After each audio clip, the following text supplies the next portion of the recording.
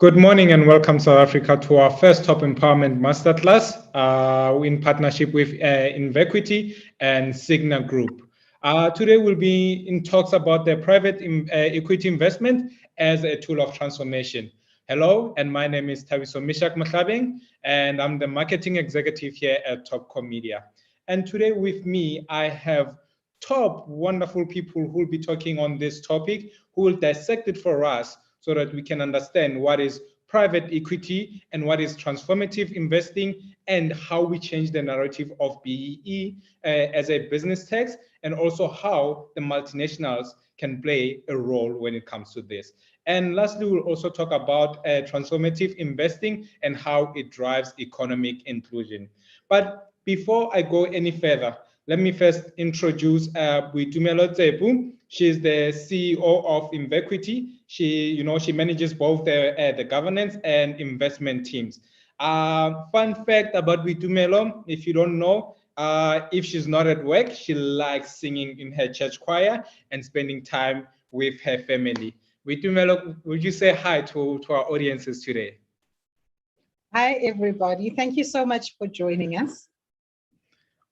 Thank you, Boitumelo. And secondly, we have Murray Shabanch. He's the CEO of Signa Group. Murray is an energetic and optimistic leader who believes in South Africa and the potential of his people. And I can attest to that. And fun fact, Murray is not a big fan of Kaizer Chiefs. That's one thing you need to know about him. He specializes in the implementation of private equity models, as well as employee and broad-based ownership structures, and supports broader economic broader economic inclusion. Murray, if you could say hi to our audience today, and maybe share a little bit of a fun fact beside Kaizer Chiefs for today. Thank you so much. And Tabiso, I'm very pleased that only one of us between us is a Kaizer Chiefs supporter. But another fun fact is I also enjoy cycling and have cycled all over the world. And I'm looking forward to a cycling trip next week. So that's another little fun thing I enjoy doing. Fantastic, fantastic. And we also have Jeff Blunt. I really struggle with saying his name. Last time I called him Geoff. Hopefully he forgave me for that. He's the head of investment at Invequity. He has over 25 years of experience in the investment industry. So we are really, really lucky to have him with us today. As a qualified chartered financial analyst, Jeff has a wealth of knowledge across all investment classes and is passionate about investing. Jeff, if you could also introduce yourself to our audiences for the day. Well, it's nice to meet everyone. If you're going to ask me for a fun fact, I would say that I try and fish a lot and I catch very little. Oh, Jeff. And finally, we have Moses Mpofu. He's the director of Riot. And Moses is the network rollout manager at Riot Network. He's a client of Invequity. So what Riot does, it's a network that specializes in the design and development of wireless network equipment that enables the creation of wireless broadband services in rural communities. Maybe a fun fact about you, Moses, and we can keep on going. Okay. Hi, everyone, and welcome. Thank you for joining us. I enjoy playing around with technology and meeting new people. Yeah, that's a fun fact about me. I can also say he's an incredibly good golfer. Yeah, I also enjoy. I got a hole in one certificate. I think I was playing at Mahalis Park, and on the 14th hole, I hit it. Hole in one. Sure. Well done. Well done, Moses. Well done. But before we go into the masterclass and start talking, I think let me share a little bit about who we are. As I said, I'm Tabiso. I'm from TopCo Media. So here at TopCo Media, our business is to inspire the world to do good business. And we're really, really grateful to have Invequity joining us to help South Africa do good business, and also in helping those multinationals that are doing business in South Africa to do so. So if you want to know about Invequity is a fund manager, is a bespoke fund manager for various niche private equity funds. If you want to know more about them, before we even start, you can visit www.invequity.co.za. And about Signa, as you know, through the power of one, and the Cigna values, Cigna Group strives to become the #1 impact organization. As you know, what they do is they deliver a complete and comprehensive solution for economic transformation and economic activation. They train individuals, create jobs, and facilitate the development of infrastructure and new business.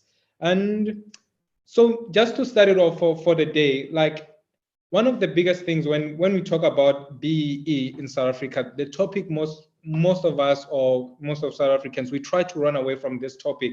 And you know how the Black economic empowerment is seen by many companies as an additional cost of doing business in South Africa or a tax. Yet, you know, Invequity sees it differently and views BEE as creating opportunity for growth. And how come you see BEE so differently from others? That would be the first question for the day. So let me take that first. BEE is important for where we are as a country. I think it is very important for our current situation. We know with just the opportunities that need to be made available, not only to our youth, but to just everyone that's living in this country. And BEE is one of those, or how we've taken it at Invequity is we're using the legislation as a catalyst for growth in our economy. You'll hear throughout the masterclass just how the requirements of the legislation are being used to rather invest back into the economy. And we've been able to attract a lot of direct foreign investments as a result of the legislation. So BEE, there's a way of thinking about it. You know, there's a mindset around how you think about different things. And this has been our goal, to use it for the good that it was intended. Mm-hmm. Murray, would you like to add to that? Yeah, absolutely. You know, often businesses and business owners are confronted by this very complex piece of legislation called Black Economic Empowerment. And I think, firstly, there's an unfortunate naming in the legislation, because if we just said that this is South African economic empowerment, it would achieve very much the same goals, because the idea is to bring as many South Africans into the formal economy and with economic inclusion as possible. But if we just go back a little bit in time, you know, in 2004, the BEE Act was passed, and its goal really was is one of the pieces of legislation that was to effectively reverse the effects of legislation that had been passed in the 60s, 70s, and 80s that formally excluded Black people from the economy. So, so we'd had this sort of raft of legislation, probably going back as far as 1910, right through to the 1980s, which excluded Black people primarily from operating in the mainstream economy. And so one of the pieces of legislation to try and redress that was the Black Economic Empowerment Act, passed in 2004. Now, the problem with that act was that it was written very conceptually. It was written as almost as a philosophy statement instead of something really practical that people could implement. But at the same time, government had to hold themselves accountable to making sure that this piece of legislation was implemented. And so what you found is a lot of good practices and a lot of bad practices emerged as people tried to navigate this piece of legislation. And what we found, certainly, you know, I've been in the space since 2005, when the first drafts of the BE codes were contemplated.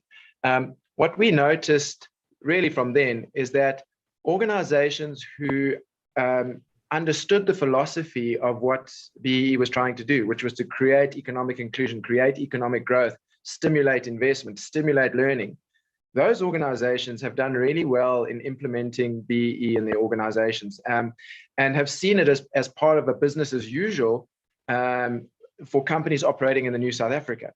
Whereas for a lot of businesses, and I don't want to sort of make it sound like it's the fault of multinationals, because you know, it's a very difficult piece of legislation to understand. And if you're not part of or live in South Africa, grow up in South Africa, and understand all the dynamics, and now suddenly as an international investor into the South African economy, you're confronted with this piece of legislation, which actually doesn't seem to have a business orientation to it. It can be firstly overwhelming, and then something that maybe you don't want to do.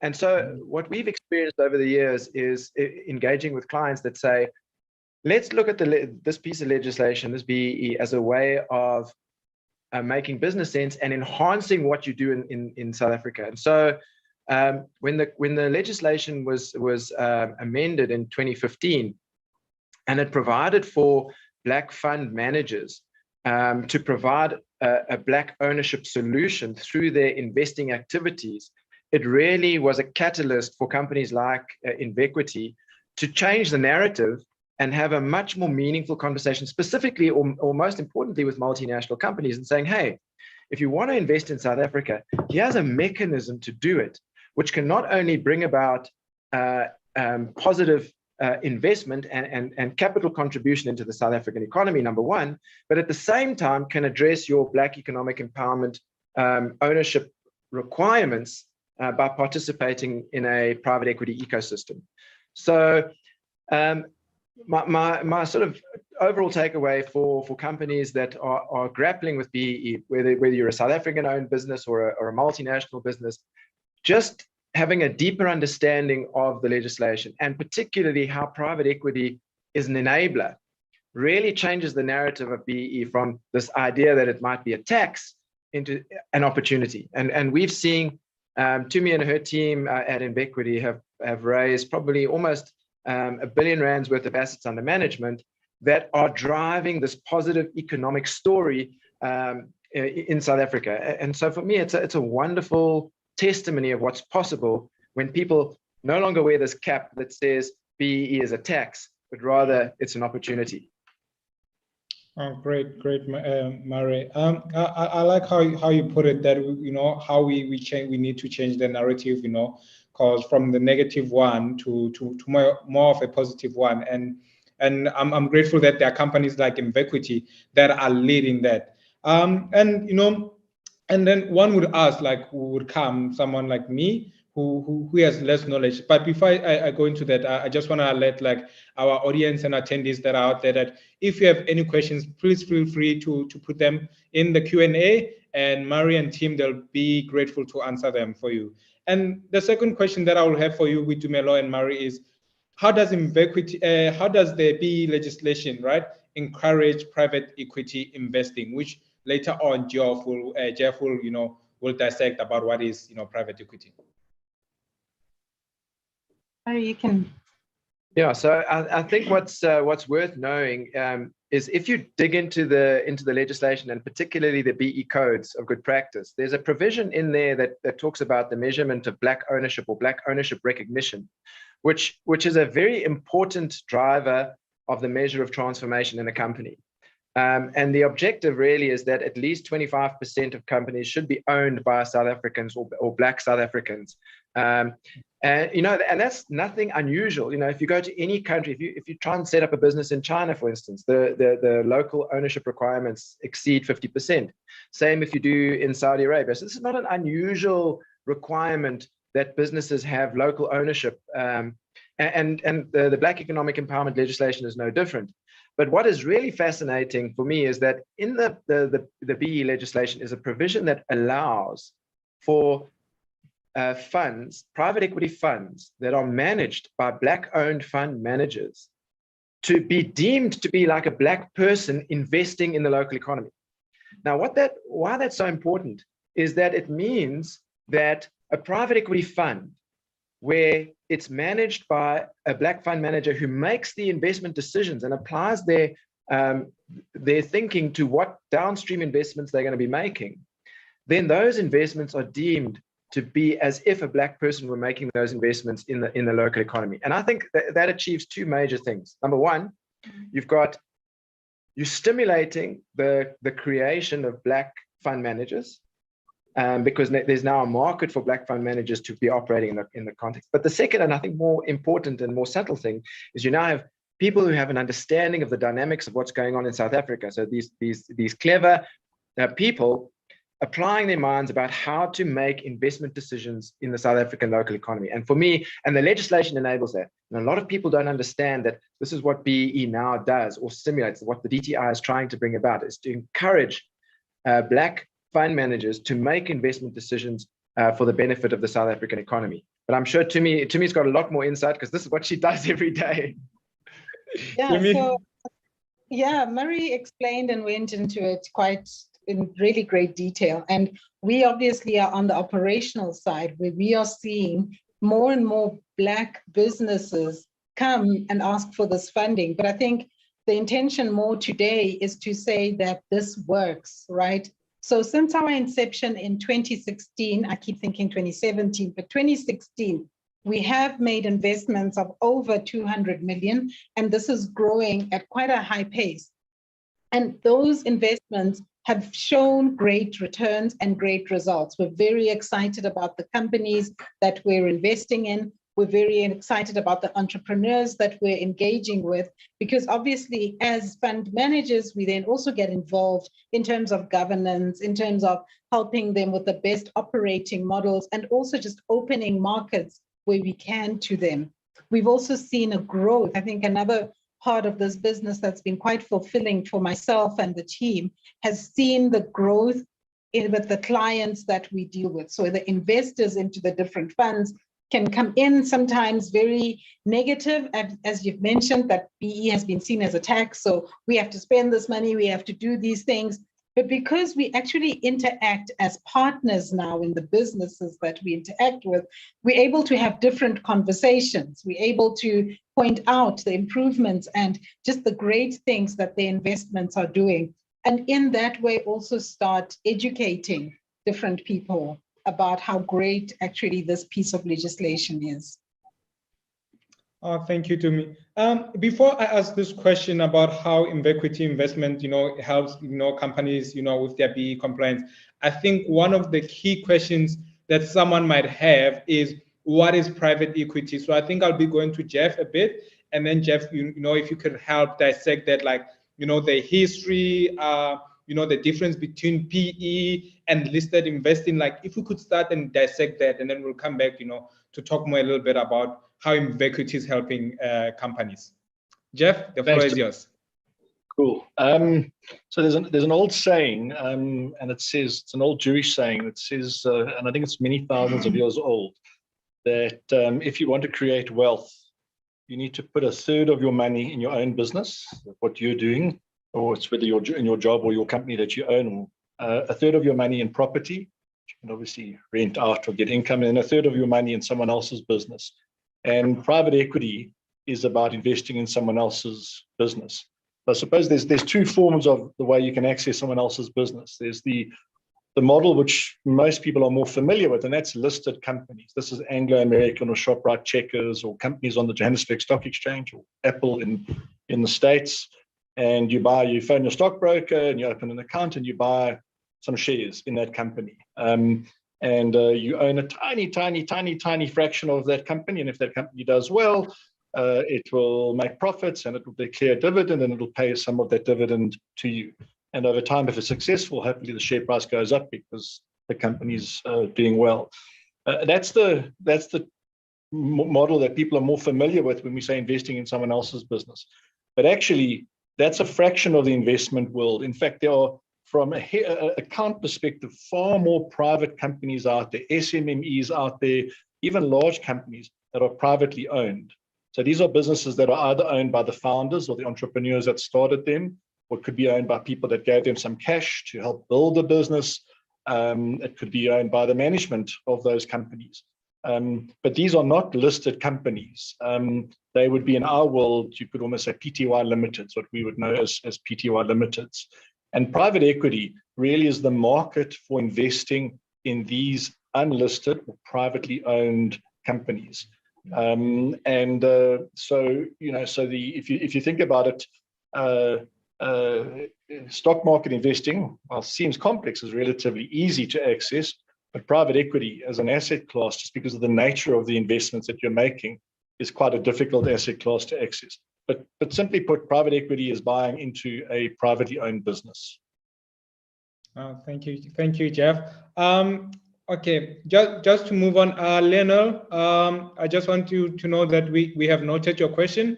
I will ask it to the panel soon. But for now, as we move on, before we explain about some of the risks that are there, I wanted to know a little bit more about Invequity, like how the investment model is made up, and how you help BE companies with their BE compliance. If we can touch onto that, and then after that, we're going to talk about, some of the risks that are there when it comes to private equity. And then we're also going to allow Moses to come in and jump in, because Moses has a great story that he'd like to share with you about, how Invequity has helped his business. And that's some of the great stories that we have today. But I will give Witumela the floor for now. Okay. So how our model works is we obviously, as we've mentioned, receive investments from our clients, from the various investors. And in that way, the funds are set up in such a way that Invequity is the fund manager. As Marie alluded to it, Invequity is Black-owned. It's Black-owned and female-owned and run. It is a fact that we are very proud of. And yes, we've got Jeff, who's the rose among the thorns. All among the roses. But, so we basically get the funds in, and through our investment committee and pipeline of investment opportunities or deals that come across our table, we sit through a full process of due diligence. The other thing that just makes the Invequity model so great, also again, made perfect or made possible by the legislation, is that it isn't a donation, it isn't a loan, it's an actual investment that our investors are looking, for a return from. So we still also consider it to be soft capital because it is part of legislative requirements. So Jeff and the team will sit and go through the pipeline that we've got, and we'll select certain companies. There are certain criteria that the companies that we internally will have, legislative-wise, they do need to be Black-owned, at least 25% Black-owned. But there's other things that we'll look at. We'll look at the size, we'll look at the management team, we'll look at various criteria that just give us assurance as well that the team, that the business is a good business to invest in. Something else that's also quite unique, I found in the market that we do, is the businesses we typically invest in, not all of them, but about 80% of them are businesses that we are able to leverage. And when I say leverage, is use our networks, use our skills, use the different things we have at our disposal, different assets we have at our disposal to help that business go to the next level. It's always been cited that the thing that's holding businesses back is lack of financing or lack of money and all the rest. But we can solve that problem. But that you can solve my money problems, but if you don't solve my spending problems, then it's just never going to end. So what we try and do is we come in, yes, with the financials, but also we come in with back office support where it's needed, access to markets where it's needed, or just helping managers grow to become CEOs of a company that maybe used to turn out to have a turnover of 5 million. Now they're a 50 million turnover company. That's a different place. So we definitely try and help that. And that obviously then helps ensure that the returns that our investors, our clients are looking at and are looking for actually do get those kind of returns. And we also get to make our margin that we're in business for. If I can embroider on the ecosystem, because to me spoken about the leverage, and I'll give you just 2 examples. So one example is if a multinational company wants to set up operations in South Africa, it implies that it's going to be making a fairly substantial investment in South Africa. Now, what we suggest to multinational companies, instead of coming into South Africa, setting up a PTY Limited, and off you go to operate your business, your South African presence of your business here.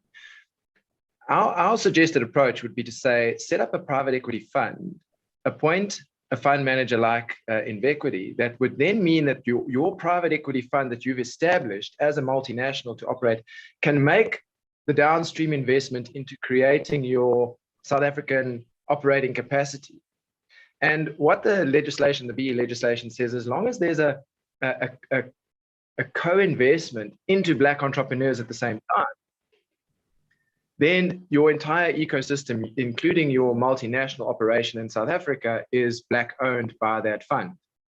So it's a very smart way for multinationals to deploy their investments or to capitalize their investments in South Africa. And obviously, there are a lot of multinational companies already operating here where we show them how they can effectively reverse engineer that structure so that they can achieve the Black economic empowerment objectives of the fund with an investment in their own operating businesses, but also this what we call a matching investment in Black entrepreneurial businesses. Now, so to give you just an example of how that might work, two of the investments that Invequity have made include a furniture manufacturing company and a artisan training academy.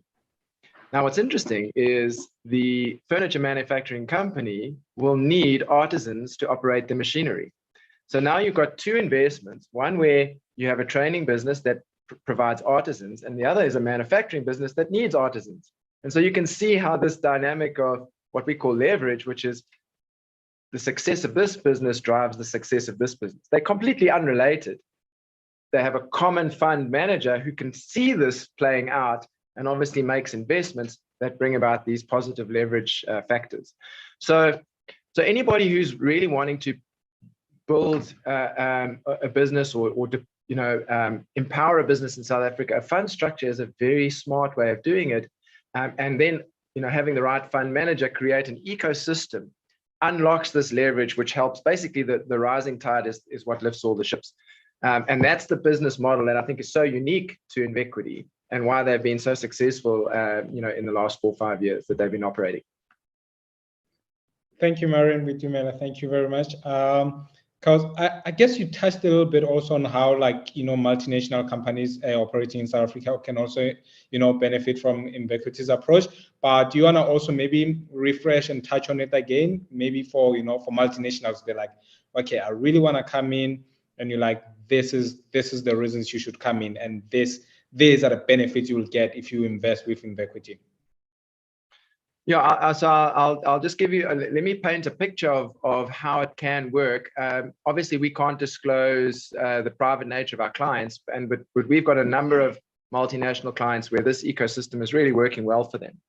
But to paint a picture, if a multinational company operating in South Africa wishes to empower its local business, its South African operating business with a Black ownership recognition from a BE perspective, in our fund environment, that is possible where the multinational commits capital to invest in Black empowered businesses. So what we do specifically, what we would really be excited about is where the supply chain of that multinational has small or medium businesses that have Black ownership, that meet our Black ownership criteria. And the fund can invest in growing those SMMEs, and by virtue of growing them, they become better suppliers to the multinational, who is also part of this fund ecosystem. So the idea is that a multinational will capitalize a fund that will invest in its downstream ecosystem, these small and medium enterprises. And by growing these SMEs creates a demand for their products and services, which kind of guarantees the success of these investments. And obviously at the fund management level, the fund manager takes an equity stake in this entire ecosystem, which brings about obviously improved BEE credentials for both the multinational and for the SMEs. And in doing so, you can see how we can stimulate jobs, growth, economic development, and the growth, hopefully, and we're starting to see it happening now, the development of Black industrialists in these supply chains of these multinational companies. And that's kind of the secret sauce of Invequity and what we bring to the market is this ecosystem, which kind of feeds on itself to create economic growth and the development of Black entrepreneurs. Thank you very much. Moses, your turn is about to come now. you're the only one who have not yet spoken, because we know Invequity helps, it helps South African businesses, and you are one of those businesses that Invequity has touched and has been able to help. Can you explain the role that it has played for your organization and for South African businesses? So The floor is yours, Moses. Okay, cool. There's so much to say about Invequity. First of all, personally, before maybe I talk about like what it has done to the company, based on, for example, coming from an unfortunate family background and growing up in a destitute environment as a Black person in South Africa, it's not necessarily an easy task to get oneself out of those kind of situations and make a difference to our nation and consequently maybe to the world. So Invequity to me, it's a private equity investment flagship that has proven itself to caring and nurturing Black businesses that have a potential of becoming multinationals. So personally, that's what I could say about like how Invequity has uplifted or transformed me. So before I talk about like what the benefits of what the benefits of Invequity to Riot, let me explain a little to you about like what Riot is and what we do. So Riot develop network technologies that enable households and small businesses to deploy and operate broadband infrastructure in their own neighborhoods. The Riot approach is the model that we have never seen before implemented in the broadband access business. So that simply means this is quite a unique thing about Riot. It's different from the kind of like broadband access businesses that we have seen, because we have never seen that done before. Riot is also proving itself to becoming the #1 preferred choice of broadband access to the communities in which it operates. So right now, as I speak, Riot is in its pre-commercial state, and we could never have reached this far without the support of Invequity. And when you're looking at the benefits that Riot draws from Invequity, I mean, Invequity has financially enabled Riot, and in situations where like it's not a norm to do so, it has financially enabled Riot to keep its businesses thriving in situation where it's not fashionable for private equity investment companies to do so, which really changed the game for Riot in terms of how it perceives what a private investment equity fund is. And that really sets Invequity to be different from what we know equity investment companies to be about. And then not only is Invequity enabling Riot to reach its goals financially, but the support that Riot draws from Invequity related services. I think Mari touched on one of like those things in terms of like he made an example about a carpentry company and how it draws from a training company that Invequity invested in both of them. So I like to make that example, and this is the difference of what this is how I'll view. This is how Invequity set itself out to be different from other private investment equity company, because when you look at Riot, yes, Invequity invested in Riot, and then we were sorted financially, but there was a lot of stress and time that we were spending in things that had we known before, we could have just thrown this to Invequity. And for example, one of like the companies that Invequity invested in has a shared service service that it offers, and that has alleviated a lot of stress that Riot was experiencing and wasting time on for a fraction of the cost of what many other companies could do. And this is where really like the crust of like this thing is or the difference is, because I mean, you look at Invequity, it has invested in Riot, it has invested in these companies that offers Riot shared services, and it cares about both companies, you know. So you can be sure that like the service that you receive from the shared services, you're not just, you know, having this, you know, cloud services companies that necessarily don't care about your business. You know, you have this shared services company that actually cares about your business, because both of them, they feed from the same master, which is Invequity, and this has really made a huge difference, because when you look at what shared services has done, I mean, like it has enabled Riot to focus on the technology that is developing and worry less about human resource, financial, and legal tools, just to mention a few. And these tools were a catalyst to Riot in being efficient and effective in its business.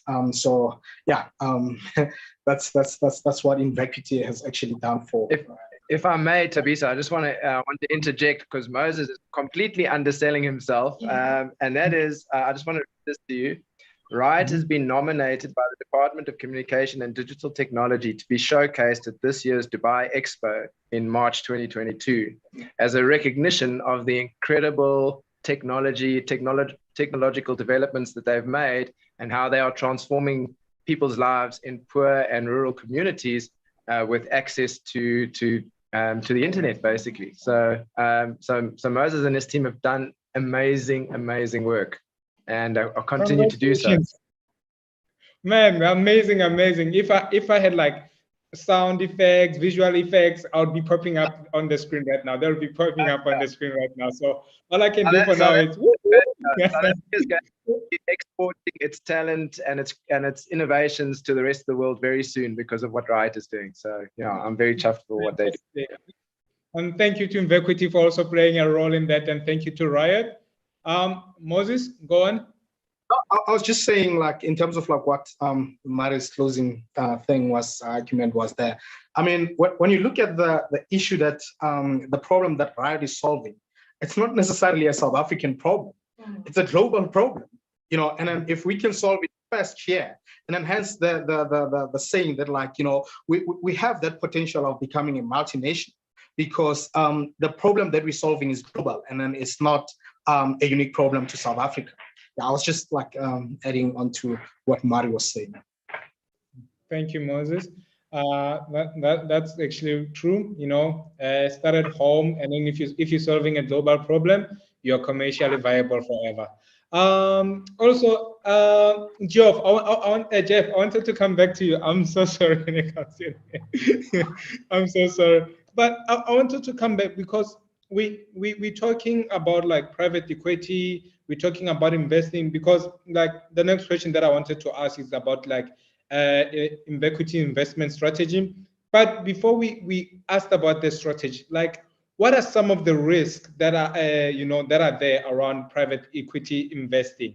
Like if you could touch like some of the difficulties of PE investing, like private equity investing, it would be really, really great. And then if you can expand it in layman's terms for someone like Tavi, so that they can understand it. Thank you. Cool.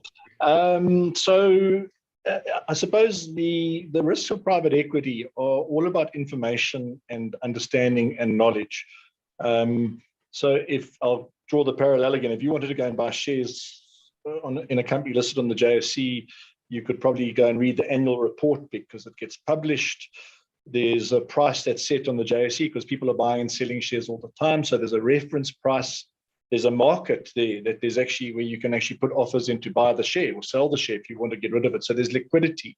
And because there's liquidity, you can see what the buyers are selling at and the sellers are buying at or selling at, and you can get a price. Let's call it a price discovery.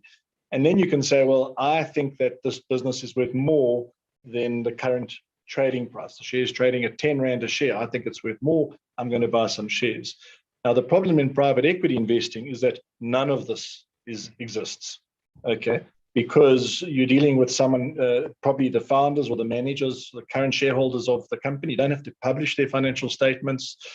Even if you saw a company down the road, the local, the local garage, and you wanted to buy a share in there, you'd have to find out who the owner is or who the owners are.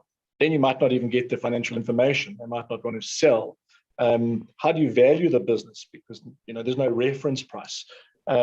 Even if you could value the business and you manage to find a seller, like there might be two partners in the business, and the one partner says, "Look, I want to go and retire. I'll sell my shares to you." As a private investor, you become the shareholder. How do you, as that investor, protect your rights? Because often a private equity investor is a minority shareholder. So they don't own more than 50% of the shares. They might own 10, 20, 30% of the shares. Now, when you're a minority shareholder, it means on the other side, there's a majority shareholder. Is that majority shareholder going to treat you fairly, or they're going to look after themselves first? So how do you make sure that you're protected in this? And then one of the other problems is, well, let's say you've identified the business, you managed to buy into it, you've got a valuation, you're happy with your protection, your shareholder rights being protected, and you own it for a few years, and then 5 or 6 or 7 years later, you need to sell the business. Okay, sell your shares in the business. Who are you going to sell it to? How do you find a buyer? How do you find the right price? So all of this makes it. You might laugh when I say this. Anyone that's bought shares on the Johannesburg Stock Exchange, well, that's actually, well, they claim it's simple. It is a bit complex. You've got to open the account. You've got to be FIC'd. You've got to put the money in. But if you think it has slight hurdles to go through, wait till you do this in private equity, and the hurdles are running thousands of times more complex. So it's an incredibly, what we refer to as a user-unfriendly asset class. And so all of these problems around the user unfriendliness are what we almost term the risks of private equity. And so what the solution is, and what the industry does, the private equity industry does, is that they try and solve this problem for investors. So obviously, whenever there's a problem, there are companies that are willing to step in and create that solution.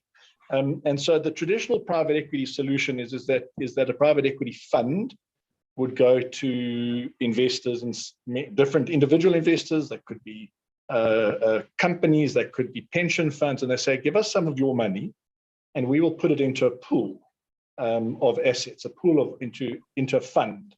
And let's just say that there's 50 investors and there's 100 million Rand in that fund, 2 million Rand each. That fund now sits on 100 million Rand of capital. And what it does is it goes and it does the legwork. It finds and sources the transactions. In our world, it's finding awesome, fantastic businesses like Riot, doing the due diligence, doing the valuation, putting money into these businesses to help them grow. Offer, and some, not all, but in some cases, the private equity funds also offer guidance and mentoring or the ability to help facilitate growth in these companies that they buy into. And so the fund itself is sort of sits here with its pool. It's got this 100 million Rand cash. It's allocating. It's monitoring the investments. It's declining investments. Remember, just because you knock on the door and say, come and invest, we need your money, as you go and knock on the fund's door and say, please give us some money, doesn't necessarily mean you're going to get it. And then obviously at the end of the investment period, maybe 5-7 years, the fund itself will look to sell that investment, or it could retain it depending on the nature. And it would find buyers and negotiate with the management team. And so that's what the fund does. And normally what happens is next to the fund, you get the management company. So remember, the management company doesn't own the fund. The fund is owned by the investors, the capital suppliers at the top.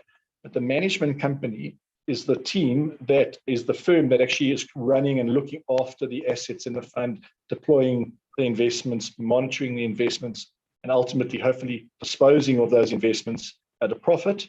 And when it disposes of those investments at a profit, it returns that capital plus some back to its investors. So I hope that kind of makes a little bit of sense, and that gives So if I may, Tabisa, what I'd like to do is give a practical example of how that's really happening. Because about 6 months ago, I approached to me to say, listen, our company Signa has about 300 or 400 clients that we advise and try and help them with their Black economic empowerment. But they're not all these big multinational companies. A lot of them are small and medium-sized businesses. I said to Tumi, is there a way that we can provide an ecosystem, a fund ecosystem for these smaller businesses to also participate in investments like Riot, for instance? And so they came up with this very cool idea called the Let's Grow Fund, which I'm very excited to, and I promoted to all of my sort of smaller clients, which is basically says, listen, for making, I think it's about a 9,000 or 10,000 Rand a month investment, you can actually participate in this ecosystem. And at the same time, you can bring about Black economic empowerment in your own business, but participate in investments like Riot. And as Jeff mentions, you could be one of a whole bunch of small investors making a small contribution every month, which builds this fund. Well, it's called the Let's Grow Fund. I guess that's a great name for it. And together, what happens is we pool all of this funding together, and then can go and look for exciting investments, specifically exciting Black-owned businesses that are needing capital to grow. So I'm very excited about this new fund, and every opportunity I get, I talk to my friends, my clients, and the businesses that they operate. Because for a small sort of monthly installment, as it were, you can participate in this ecosystem, solve your own Black economic empowerment challenges, and then be part of these exciting investments. So I'm looking forward to see what happens with the Let's Grow Fund. I'm excited. Hopefully you'll keep us up to date, because I believe everybody who's attending would be really, really interested to know more about the fund. And having said that, the next question, I just want to ask Jeff, and then I come to you with Dumelo with the question. But I also want to note, with Dumelo and also Aliza, that I have noted your questions. I will ask them to our panel. I just wanted to ask, the first question is, how can investors access the private equity, Jeff? And then after you elaborate and share with us how someone can access the private equity fund or the private equity, and if Dumelo can also jump in and explain to us, how does Invequity investment strategy work? What is the Invequity investment strategy? So, and how it works, and how it, because we already answered how it helps South African businesses with Moses. Jeff? Well, on our side, just very simply put, if there are investors out there, whether they're individuals or foreign multinationals or local companies, is obviously just to contact us, and they would subscribe into the fund. So they would make a cash contribution into the fund, whether it's a monthly basis or a recurring amount or a one-off, and they would essentially become unit holders that own a slice of the fund to the value of their contribution. And obviously, if over time, if the value of the fund rises, the value of their investment in the fund will rise. So and obviously we have slightly different funds, as Murray alluded to, but there's it's a relatively simple and easy process. But I understand part of my role and the team's role is to invest some of that money. Tumi is much better at answering the question of actually how you access the fund. So if you'd like to touch a little bit on that. Details of our contact details have been shared and will continue to be shared. You can also go to our website. If you've got some great business proposals for us to look at, we always welcome those. But what I can say is, and also just helping to touch on your question to me directly on our strategy. Our strategy really is to help grow businesses, to help grow South African businesses to their full potential. We today have Moses here, who is just one example of one of the, quite a few of the investments we have that we really see big things coming from them. So in the case of Riot and one or two of our other investments, we got in at the pre-revenue part, but obviously we had done quite a bit of work in terms of the due diligence. So once again, just because we get a proposal on our table doesn't guarantee that we will invest. We do look at quite a few things. We need the business to be exciting, because we're the size that we are, we take really, I want to say, like a personal interest. The businesses we invest in, all of them I can say, are businesses that we're excited about. Murray mentioned the artisans, he mentioned the artisans and training business. We've got a business that also installs lights. One of our clients is in the lighting business, and they have invested in that through us, and we're seeing that business grow. And so our strategy and what we look for, our vision is for visionary leaders who have solutions for the South African economy and market, and then also the ability to grow that. When Jeff does some of his due diligence, one of the key things we always look at is what is the growth trajectory of this business? So we're going to come in. We've mentioned before that we offer whatever assistance we can. And with that, how will that business grow and scale? Scale is a very important thing. And again, because we're private equity fund investors and we've got investors looking for a return, we look at, yes, the dividend policies, yes, the returns on investment, but also exiting that business. Will it be an exit that is beneficial to everyone? In our short life, we have exited, I think, 2 businesses or transactions that actually matter in size. And we're very proud even of those exits, because we managed, yes, to make a return, but also to exit into Black players in those industries. So we had a medical equipment company that we exited, and we had another fund, a Black-owned fund manager, exit us. We've had another company exit us, and they were also taken over by management who were Black. And so we, in keeping in line with the outlook for transformation and growth of South African businesses and people, like Moses was talking about, this is part of our strategy. That is it, in business terms, we call it high impact. That's also something that we look at. That is this business also high impact socially? So will it create jobs? Will it solve a social problem? And at the same time, make returns for our investors.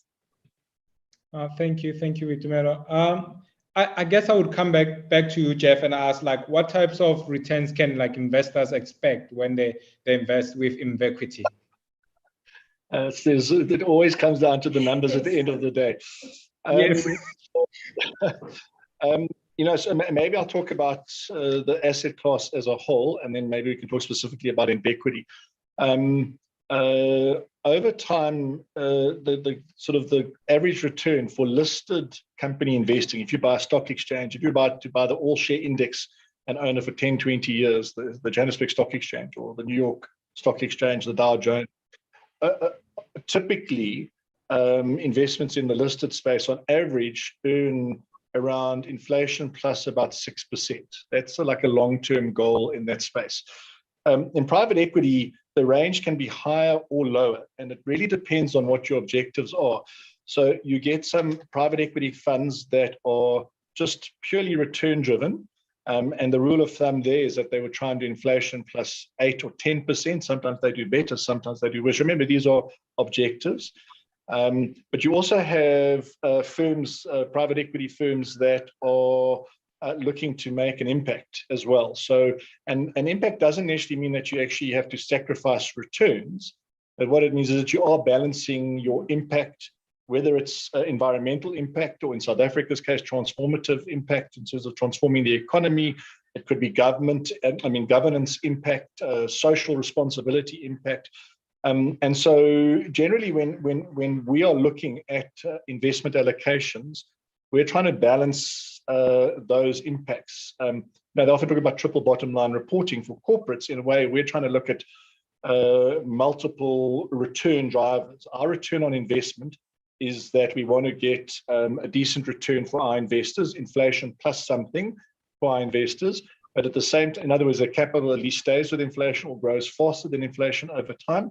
But at the same time, that there are other impact drivers out there, social impact, whether it's from a transformation perspective or like the massive social impact, for example, in Right's perspective. So as Right rolls out, the ability to deliver essentially free internet into poorer and rural communities in South Africa in particular has massive impact. But now how fantastic that not only can you have that impact, but you can make money from it.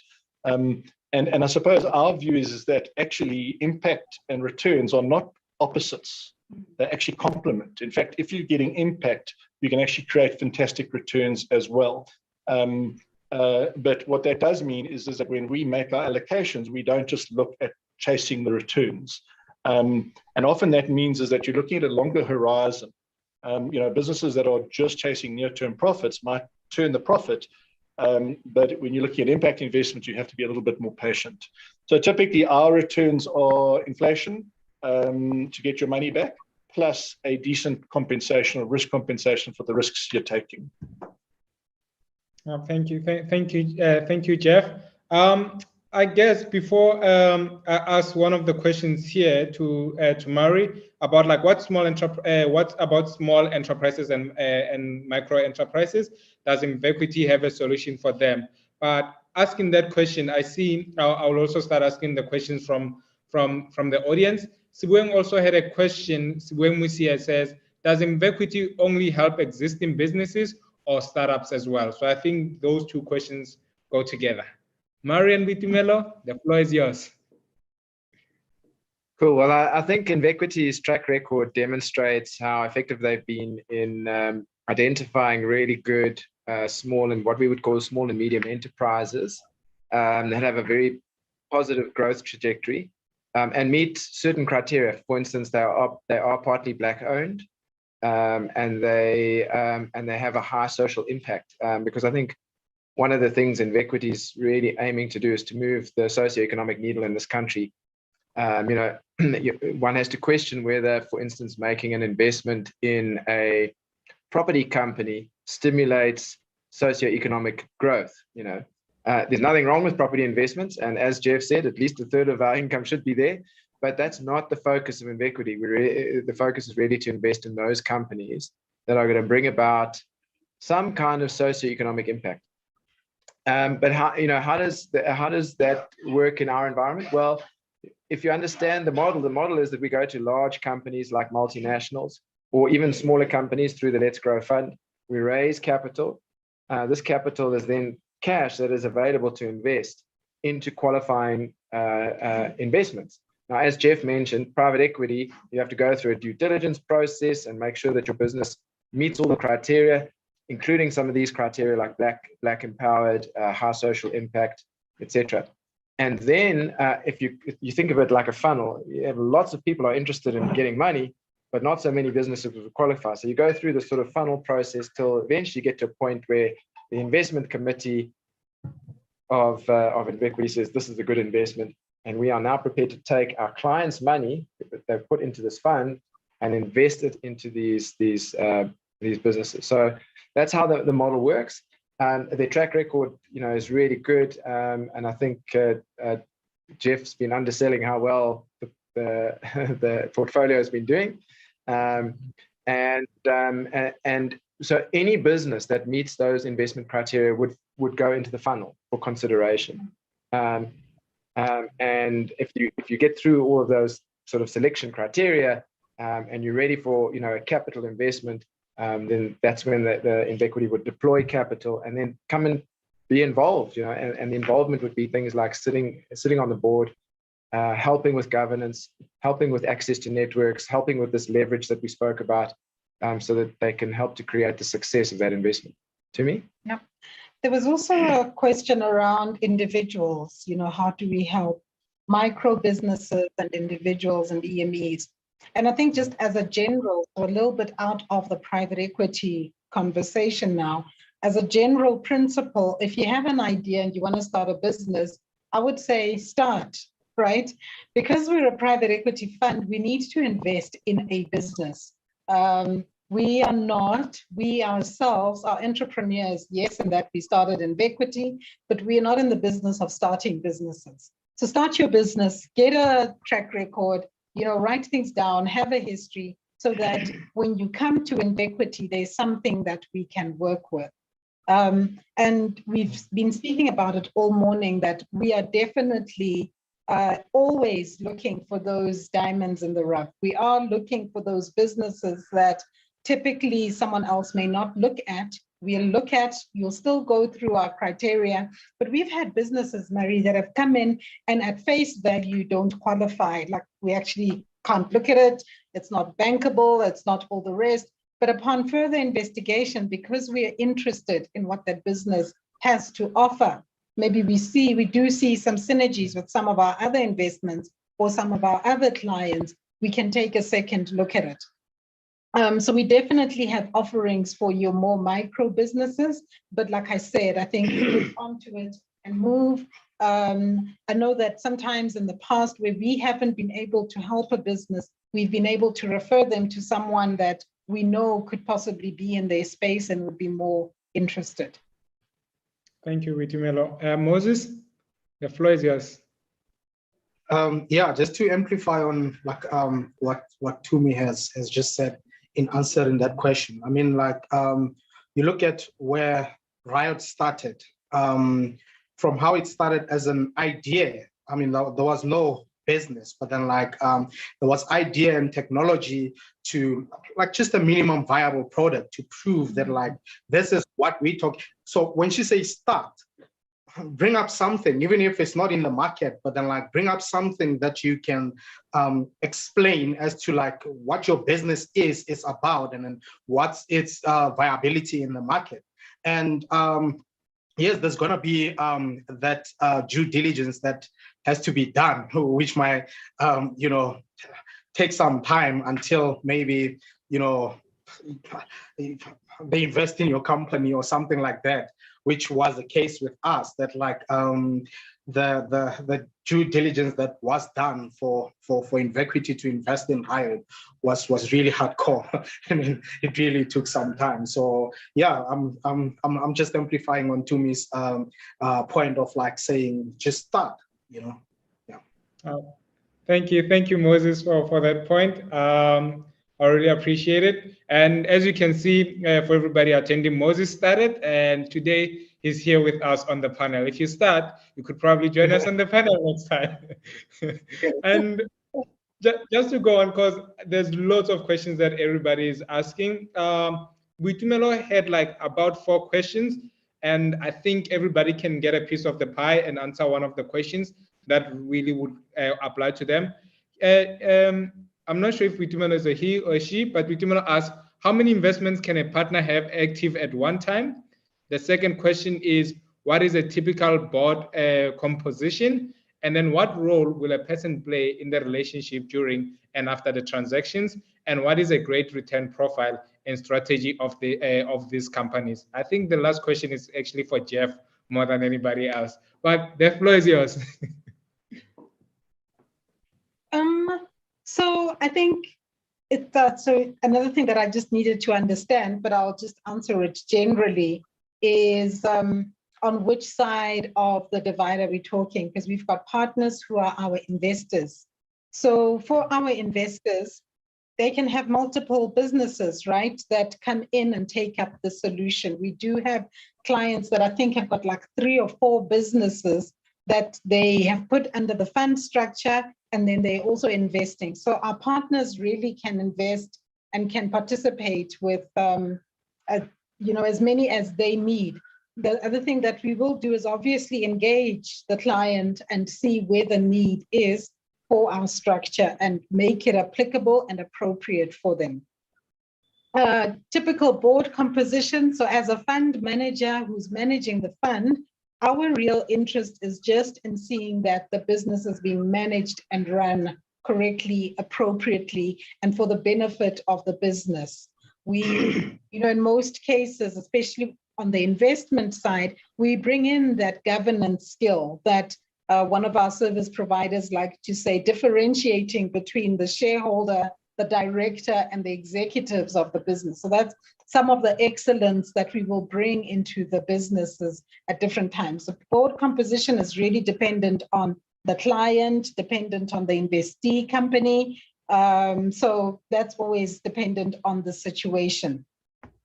And then the role that the person will play, again, it's up to the client.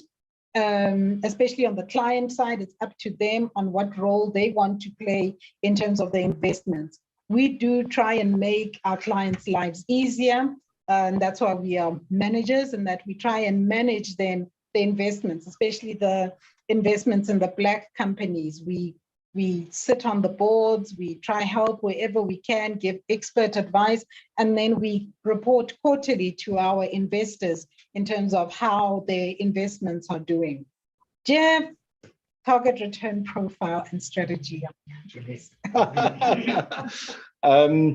Maybe just for clarity, in case some of the our viewers might to understand the difference between a client and an investee company. A client would obviously sometimes be a multinational or a corporate that is looking for a BE solution, which is part of the ecosystem. And we may also then invest into those client companies as well. Similarly, though, we're also raising the capital to go into qualifying investments, which would be Black-owned companies that are seeking growth capital. And those are the more, in our world, more exciting opportunities. Those are the rights. That's the future there.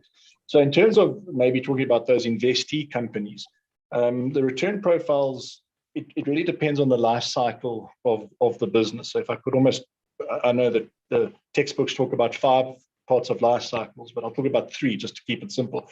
The first one is the early phase or pre-revenue life cycle. So you've got an idea, you've started your passion project, now become a bit real, you're running it from the backyard, you now it's becoming real, but you haven't commercialized it yet, and you're looking to grow it. Clearly, if you invest at that point, your risks as the investor are much higher because there's a lot more that can go wrong. You've got a proof of concept, but build the business, build the clients, build the revenue. And so therefore, expected returns, we would hope would be higher. Our hurdles would be higher in those types of environments. Let's say that's the sort of first case. The second type of life cycle would be companies that have gone past startup and they're in a growth phase. So now they're actually growing quite strongly. They've got clients, they've got some revenue, they've got a proven proposition, but they want to grow their footprint. And often companies want capital inserted or invested at that stage to fund that growth. And clearly then you'll be looking at, because of the proof of concepts being done, our targeted returns might be a little bit lower there, say 15 to 20%, that you'd be comfortable at that level because you're getting compensated at that point. And then obviously you would get what we call mature companies. So these are companies that are really established, they've been around a while, they're still growing, but they kind of, they're not growing as fast as your middle phase. But there's more certainty around those. So they might be looking for a little bit of capital. Maybe 1 or 2 of the founding shareholders wants to sell or take some money off the table. They don't want all of their eggs in their own businesses, their eggs in one basket. They want to actually diversify their own balance sheet slightly. So they want to sell a little bit of their business to someone else. And therefore, because that business is in a more mature phase, there's more certainty. Obviously, the returns that we would want to get out of that business would be lower. So from a return profile, it really depends on the life phase of the business that we're investing in.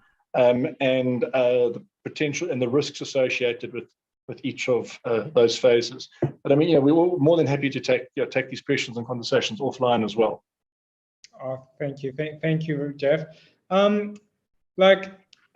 Moses, let me give you the floor first. Okay, just to add on what Tumi was saying, and based on Vitumelo's question 1.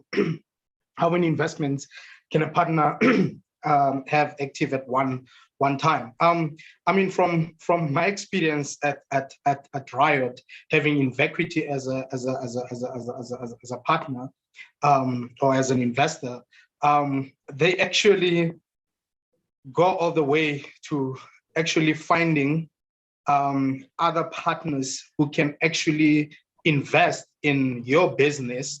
But then not only bring in a partnership in terms of like finances, but partnership in terms of like other expertise that Invequity might not have at that point in time. So you might have company B, it's willing to invest into Riot.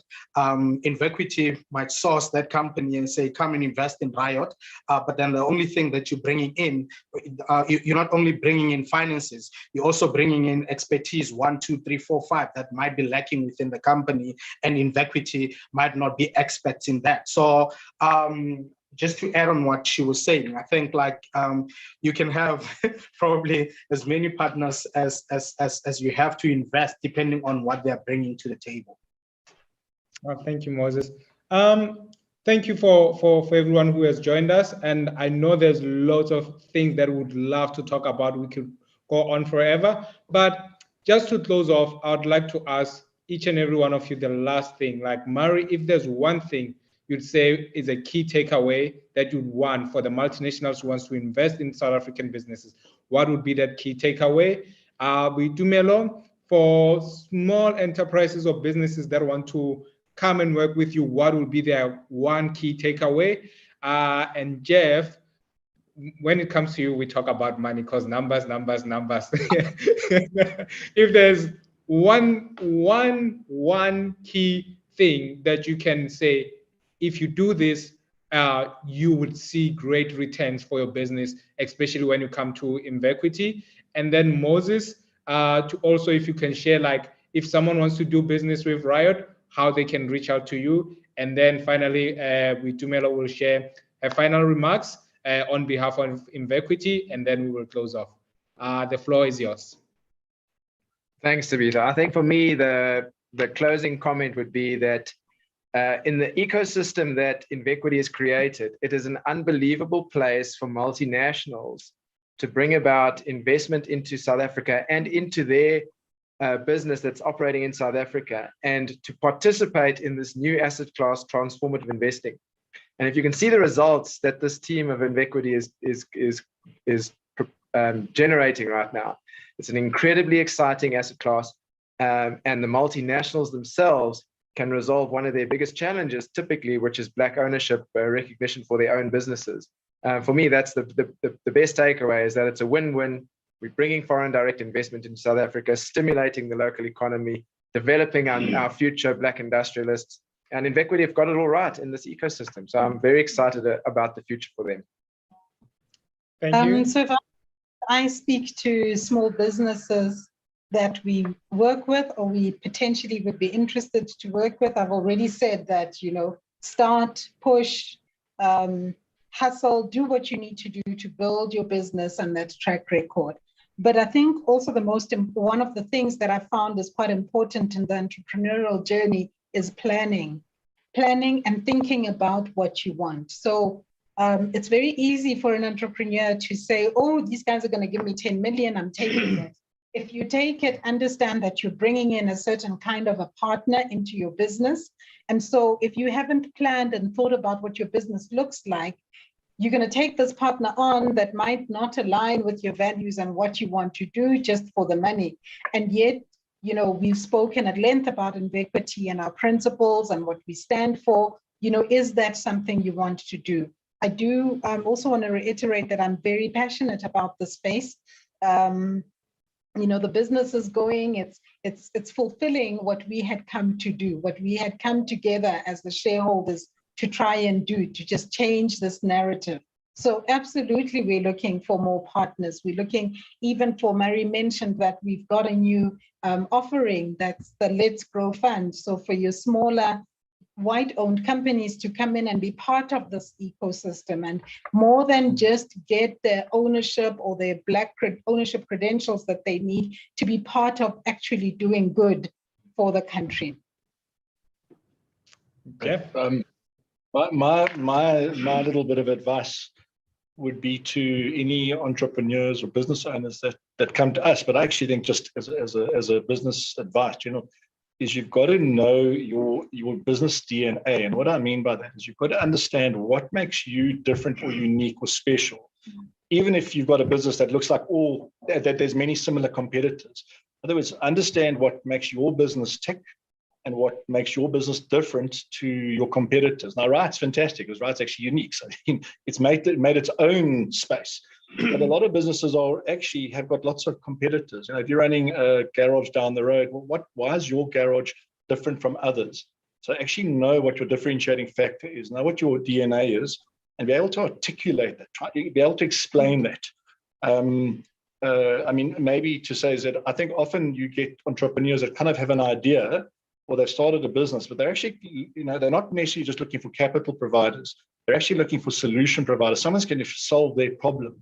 And capital providers don't always have that. We try and get involved in that, but but you need to understand what you are about and what makes you special and what makes your business tick and why your business is going to succeed versus others.